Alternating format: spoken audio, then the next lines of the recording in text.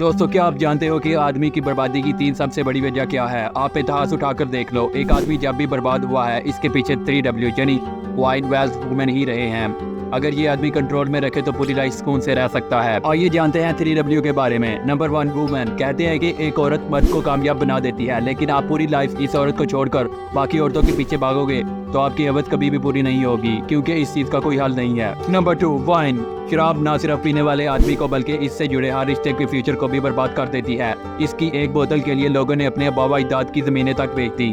Number 3, wealth. पैसा हमारे लिए उतना ही ज़रूरी है जितना बाइक के लिए पेट्रोल, ना ज़्यादा ना कम। अगर आप पैसों को ही सब कुछ मानने लगे तो फिर वो आदमी पूरी ज़िंदगी कागज़ के टुकड़ों को कमाने में लगा देता है, जो इसे रात को चैन की नींद भी नहीं सोने देते। हो सकता है कि ये वीडियो कई लोगों को बुरी लगे, लेकिन याद रखना, लत का, लालच का और हिवस का कोई हाल नहीं है। आप जितना ही इसके पीछे भागोगे, ये उतना ही आपके ऊपर हैवी होंगी और उतना ही आप इन चीज़ों के गुलाम बने रहोगे।